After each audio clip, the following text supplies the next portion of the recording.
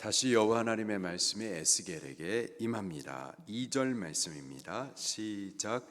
인자야, 두 여인이 있었으니 한 어머니의 딸이라. 한 어머니 밑에 두 딸이 있었어요. 그들에게 이름들이 각각 있었었고 무엇을 말하는지를 4절이 해석해 주고 있습니다. 4절 시작. 그 이름이 형은 오홀라요, 아우는 오홀리바라. 그들이 내게 속하여 자녀를 낳았나니 그 이름을 말하면 오홀라는 사마리아요, 오홀리바는 예루살렘이라. 자, 한 어머니 밑에 있었던 두 딸은 이스라엘에게 나온 두 왕국, 곧 북왕국 이스라엘의 사마리아, 그리고 남왕국 유다의 예루살렘을 각각 말하고 있습니다.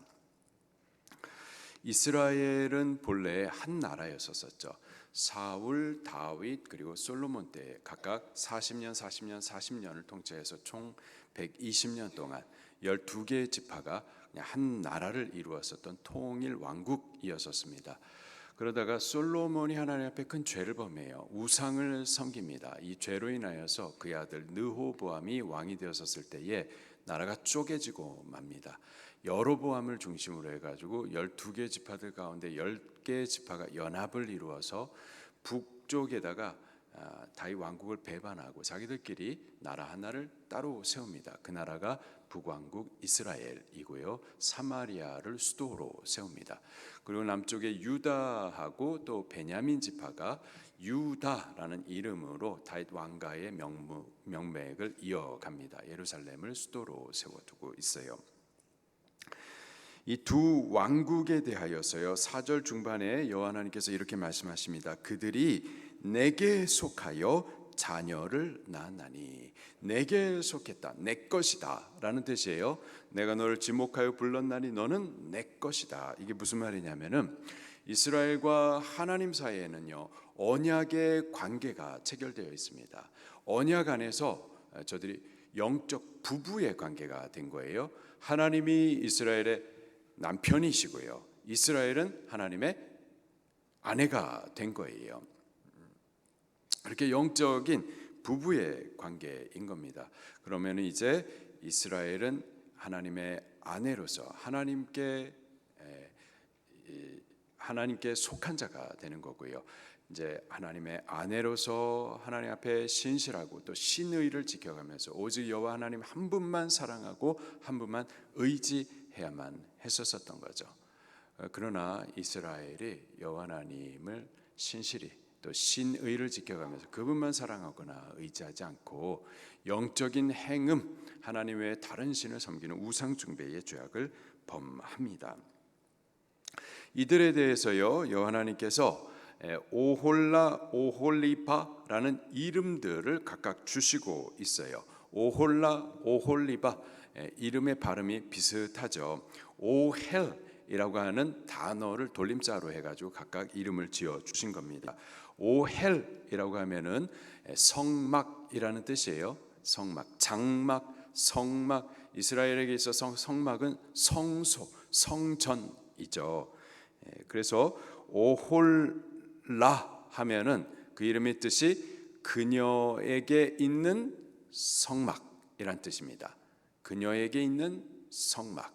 오홀라 하면은 이제 사마리아를 상징을 하는데요. 사마리아 곧 10개 지파가 연합해 가지고 따로 나라를 세우고 이제 사마리아를 수도로 이렇게 삼았었는데, 그들 오홀라, 그녀에게 있는 성막. 이 오홀라에게는, 사마리아에게는 그들에게만 있는 성전이 따로 있었어요. 그들 스스로 만들어낸 성전이 있었던 거죠. 하나님께서 명하신 성전이 아니라 그들이 스스로 만들어낸 성전이 있었습니다. 이들 10개 지파가 나라를 따로 하나 세웠어요. 다윗 왕가를 배반하고 또 예루살렘을 등지고 자기들끼리 나라 하나를 세워놓고 그렇게 이제 으쌰 하면서 나라를 세워가는데, 그러나 그들이 여전히 여호와 하나님의 백성들이고 하나님을 섬깁니다. 하나님을 예배하기를 원해요. 그런데 성전은 없는 거예요. 그래서 예배하기 위해서는 예루살렘으로 내려가야만 했었던 거죠. 저들이 내려가면은 이제 또 마음이 흔들리는 것을 알고 있어서 여로보암 왕이 그렇게 하지 못하도록 그 거리를 차단시키고 백성들을 향해서 우리 예루살렘까지 내려가지 않아도 된다, 우리에게 따로 제단이 있다 하면서 베델과 단에다가 예루살렘이 아닌 하나님께서 명령하시지 않은 다른 제단을 세워둔 거예요. 물론 이제 우상 숭배의 제단을 세워두게 됩니다. 이게 바로 오홀라의 이름을 갖고 있는 의미입니다.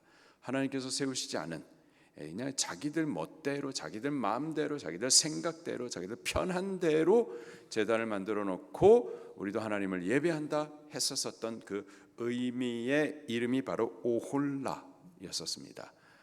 지금도 이런 식의 신앙생활 하시는 분들이 있습니다.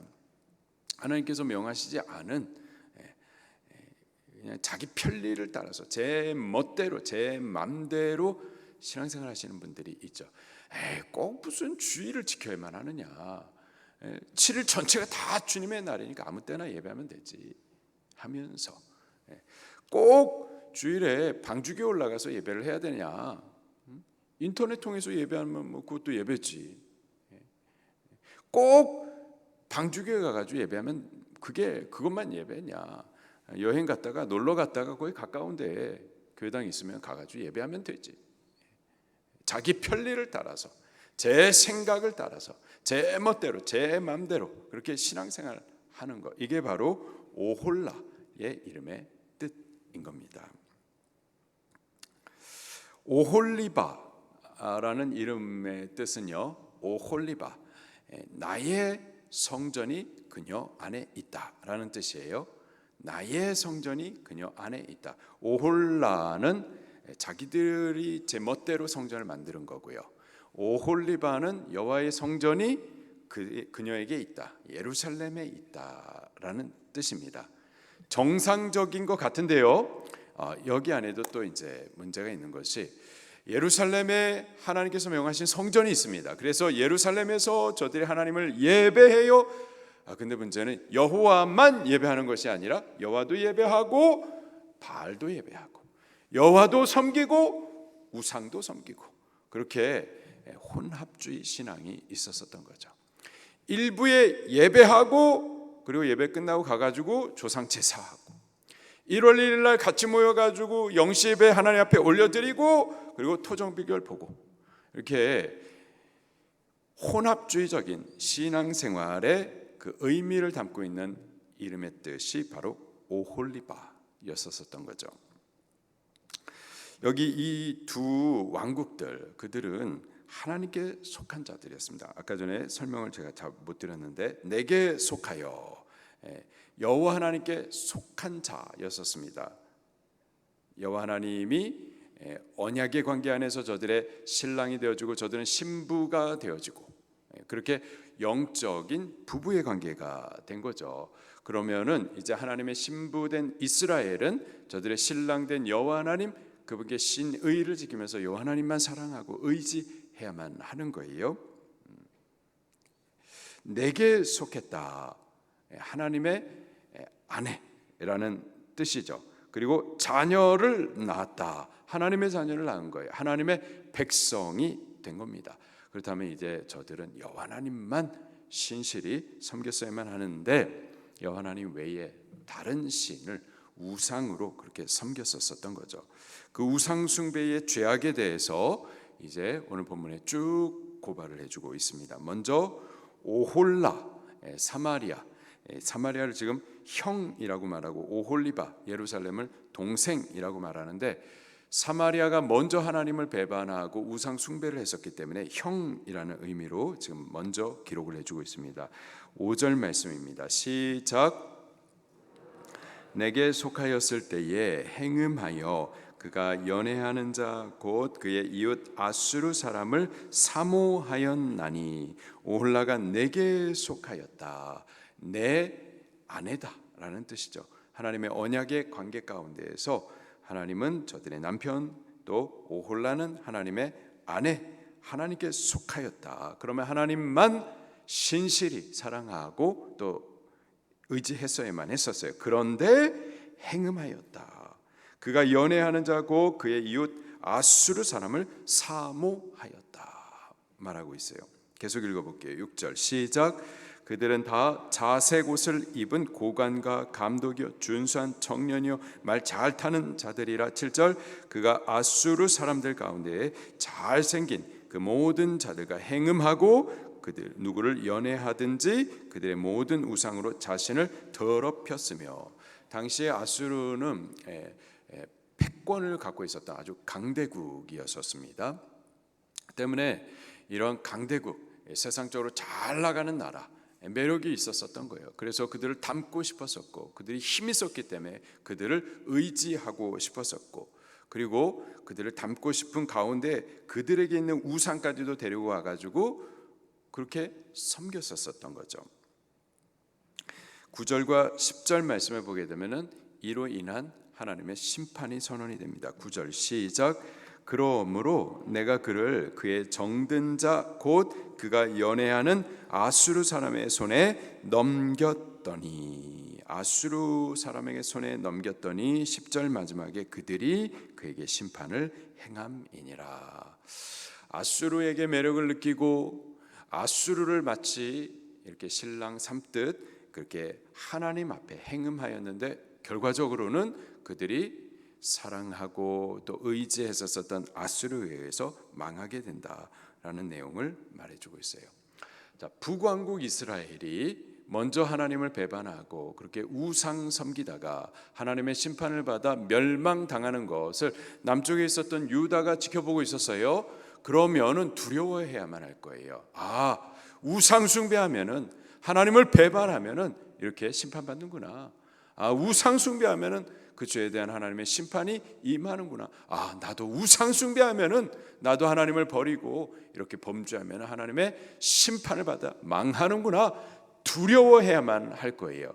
근데 그것을 뻔히 보면서도 전혀 두려워하지 않았었던 거죠. 11절 말씀입니다. 시작. 그 아우 오홀리바가 이것을 보고도 그의 형보다 음욕을 더하며 그의 형의 간음보다 그 간음이 더 심함으로 그 형보다 더 부패하여 졌느니라. 더 부패했다. 어떤 의미냐면은 12절 말씀에 아수르도 사랑하고, 아수르뿐만 아니라 16절 17절에 보면은 갈대아 사람 곧 바벨론도 사랑하고 의지하고, 그리고 21절 말씀에 보면은 또 바벨론에 의해서 위협을 당할 때는 애굽 사람을 또 의지하는 등, 그렇게 더욱 여호와 하나님 외에 이러한 다른 세력들을 의지하고 또 사랑했었던 거죠. 어떻게 될까요? 여호와 하나님 앞에 혼나는 거예요. 오홀라가 하나님의 심판을 받았었던 것처럼 오홀리바도 하나님의 심판을 받을 것에 대해서 22절부터 35절까지 쭉 기록을 해주고 있습니다. 그리고 36절부터 42절까지 말씀을 보게 되면은 오홀라, 오홀리바 그 두 왕국이 여호와 하나님 앞에 영적인 음행들을 행한 건, 영적인 음행을 행했는데 두 종류의 영적 음행을 행했었던 거예요. 그것을 정리해서 말씀을 해주고 있습니다. 36절 시작. 여호와께서 또 내게 이르시되 인자야 내가 오홀라와 오홀리바를 심판하려냐. 그러면 그 가증한 일을 그들에게 말하라. 심판하라. 그러나 심판하기 전에 저들이 왜 심판받아야 되는지, 심판받아야 될 저들의 죄에 대해서 먼저 좀 말해줘라. 두 종류의 영적인 음행이었었던 거예요. 첫 번째로는 종교적인 의미에서의 영적 음행이었었던 거죠. 37절 시작. 그들이 행음하였으며 피를 손에 묻혔으며 또 그 우상과 행음하며 내게 낳아준 자식들을 우상을 위하여 화제로 살랐으며. 38절 이외에도 그들이 내게 행한 것이 있나니 당일에 내 성소를 더럽히며 범하였도다. 아멘. 이렇게 하나님 앞에서 영적인 음행을 행했었던 겁니다. 또 다른 의미의 영적 음행은 정치 외교적인 음행이었었던 거예요. 저들의 남편 곧 여호와 하나님만 사랑하고 하나님만 의지해야만 했는데 저들이 하나님 외에 다른 나라의 세력, 세상의 권세, 그것을 의지했었던 거죠. 40절 말씀을 보니까 또 사절을 먼 곳까지 보내가지고 사람을 불러오게 하고, 이렇게 그 당시의 세상 나라, 세상 권세, 그들에게 사절단을 보내가지고 군사적인 지원을 요청하는 등 하나님을 찾고 하나님을 의지하기보다는 세상 나라, 세상 권세를 더욱 의지했었던 것, 이것이 영적인 음행이었었던 거죠. 일로 인하여서 그들이 심판받아 망하게 될 것을 결국 선언하십니다. 그리고 마지막 절 49절에 이렇게 결론적으로 말씀을 해주고 있어요. 같이 읽겠습니다. 시작. 그들이 너희 음란으로 너희에게 보응한즉 너희가 모든 우상을 위하던 죄를 담당할지라 내가 주 여호와인 줄을 너희가 알리라 하시니라. 그들이 너희 음란으로, 여기서 말하는 그들, 아수르, 바벨론, 애굽, 곧 이 이스라엘의 두 왕국이 그렇게 여호와 하나님을 배반하고 사랑하고 의지하였었던 세상 나라, 세상 권세들을 말합니다. 의지했었는데 오히려 그들이 너희의 음란으로 너희에게 보응할 것이다. 이스라엘 두 왕국은 이 세상 나라, 세상 권세를 사랑하고 의지했어요. 의지하고 사랑했는데 오히려 세상 나라, 세상 권세에 의해서 보응을 받고 망하게 된다라는 거죠. 세상 사랑하고 세상 의지했는데 그런데 세상에 의해서 망하게 된다. 세상 권력, 정치 권력, 그것을 의지하다가는 결국 정치 권력, 세상 권력에 의해서 짓밟히게 되는 거죠. 또 돈 사랑하고 돈 의지하고 그러면은 돈에 의해서 결국 망하게 되는 거고요. 하나님 찾기보다는 사람 찾고 사람 의지하게 되면은요, 사람에 의해서 배신을 당하게 될 것에 대해서 말씀을 우리에게 가르쳐주고 있는 겁니다. 그리고 49절 마지막에 이렇게 또 말씀하세요. 그제서야 내가 주 여호와인 줄을 너희가 알리라 하시니라. 세상이 아니라, 세상에 있는 권세, 세상에 있는 나라가 아니라 여호와 하나님 그분이 우리의 참 남편인 것을, 우리가 참으로 의지해야 될 분인 것을 그때는 알게 될 거라는 거죠. 세상이 아니라, 세상에 있는 권세가 아니라, 세상에 있는 성공이 아니라, 돈이 아니라, 세상에 있는 다른 것이 아니라 여호와 하나님 그분만이 우리가 참으로 사랑해야 할, 참으로 의지해야 될, 참으로 찾아야 할 우리의 참 남편인 것을 그제서야 알게 될 것이다 라는 것. 그제서야 알게는 되겠는데 알게 되기까지는 철저히 망할 수밖에 없는 너무나도 비싼 값을 치러야만 했었던 거죠. 오늘 우리도 망해야 그제서야 여호와 하나님이 우리의 참 신랑인 것을 알지 않아도 되고요. 지금 그 비싼 값을 치르지 말고 지금 이 두 왕국이 이미 비싼 값을 치루었으니 우리들은 그들의 모습을 보고서는 우리는 세상을 의지했다가는 세상에 의해서 망하는구나. 우리가 세상 권력을 의지했다가는 세상 권력에 의해서 결국은 짓밟히는구나. 돈 사랑하고 돈 의지했다가 돈에 의해서 망하고, 사람 찾고 사람 의지했다가 사람에게 배신당하는 것을 우리가 분명히 보았으니 우리는 여호와 하나님을 더욱 사랑하고 의지하십시다. 여호와 하나님이 우리의 참 신랑 되시는 분으로 우리는 신실히 그분께 신의를 지키며 그분만 사랑하고 의지할 수 있게 되기를 예수님 이름으로 축원합니다. 말씀 붙들고 통성으로 기도하시겠습니다.